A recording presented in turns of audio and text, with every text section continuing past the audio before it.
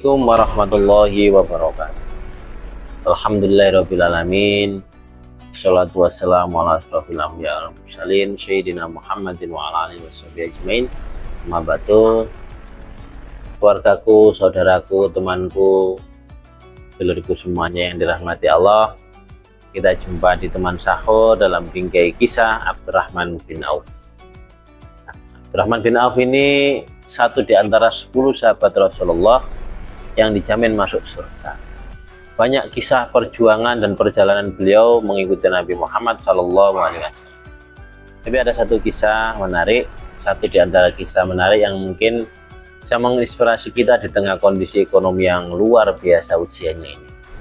Nah, dikisahkan Abdurrahman bin Auf ini dikenal dermawan dan keinginan beliau untuk menjadi miskin. Suatu ketika setelah perang Tabuk, para sahabat pulang dari perang Tabuk itu kurma yang dimilikinya itu kondisi banyak yang busuk, ya hampir semuanya busuk karena ditinggal perang itu.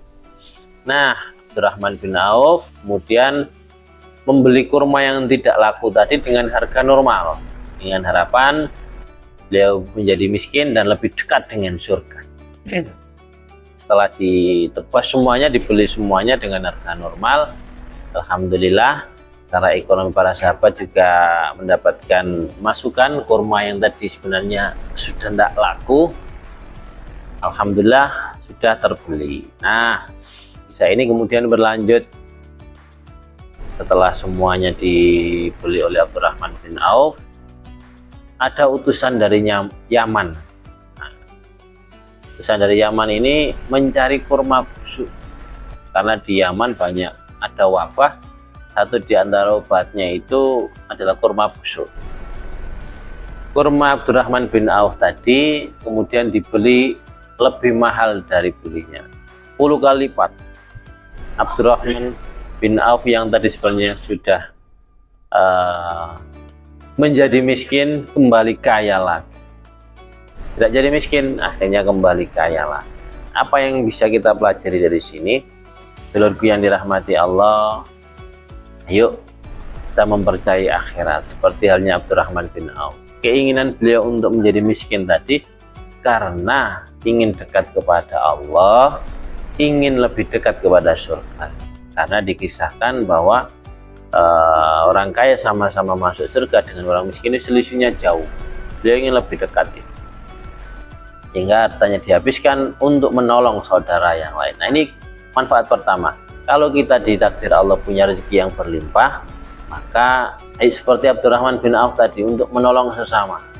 Ya, ada kesulitan apa saudara teman kita bantu, kita dukung dengan cara mungkin kita memberi modal, kita kasih modal, atau ketika dia punya kesulitan kita itu yang pertama. Jadi tidak kok memperkaya diri tidak peduli kepada yang lain. Yang kedua, jangan termotivasi untuk menjadi kaya, karena justru sahabat Nabi ini kepengen miskin biar dekat Allah dan dekat dengan surga. Ini kan berbanding terbalik dengan keinginan kita selama ini yang ingin kaya di dunia. Nah, karena apa? Beliau sadar bahwa kaya dan miskin itu sudah ketentuan Allah. Saya bukan melarang untuk bekerja keras, tetap ayo kita berjuang, berusaha, berdagang, beternak dan segala macam dilaksanakan untuk mendapatkan rezeki Allah. Tapi ingat, rezeki itu sudah ditakdirkan, ditentukan. Ketika kita ditakdir punya rezeki yang berlimpah, apa yang dicontohkan Abdurrahman bin Auf, ayo rezeki kita itu bukan untuk memperkaya diri tapi bermanfaat untuk sesama.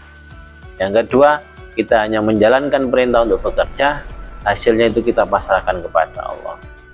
Kalau sudah ditakdir kaya, ya meski pekerjaan sama dan biasa, maka rezekinya akan beda. Tapi kalau takdir miskin, meski berusaha dengan cara apapun, tetap akan miskin. Nah, manfaat selanjutnya adalah, ayo dulur, dalam bekerja, pastikan kita bekerja sesuai dengan fitrah dan syariat teladan Nabi Muhammad. Jangan termotivasi kaya sehingga apa? Segala macam cara dilakukan, nggak peduli halal haramnya. Korupsi, meski dia sudah punya harta banyak, tapi termotivasi untuk memperkaya, akhirnya dengan korupsi, dengan merampok, dengan judi dan segala macam dilakukan. Ini yang harus kita hindari. Cerita Abdurrahman bin Auf itu semoga menjadi inspirasi sekaligus mengimbangi keinginan kita untuk memburu dunia tanpa pandang itu halal atau dosa.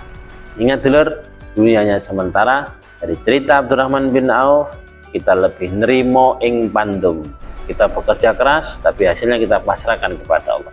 Kalaupun nanti kita dikasih harta yang banyak, rezeki yang berlimpah, ingat, ayo kita berbagi kepada sesama. Harta kita adalah hak dari saudara kita yang lainnya, bukan murni milik kita. Seperti halnya Abdurrahman bin Auf. Begitu kira-kira dulur. Semoga bermanfaat di teman syafur ini.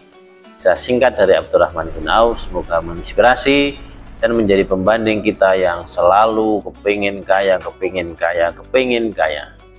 Ayo kita kepingin hidup sederhana saja. Kaya dan miskin itu sudah ketentuan dari Allah. Dan lagi, kalaupun kita ditakdir kaya, ingat, ayo seperti Abdurrahman bin Auf tadi. Kaya tapi dermawan, kaya untuk kebutuhan bersama, kaya yang selalu ingin jadi miskin. Assalamualaikum warahmatullahi wabarakatuh.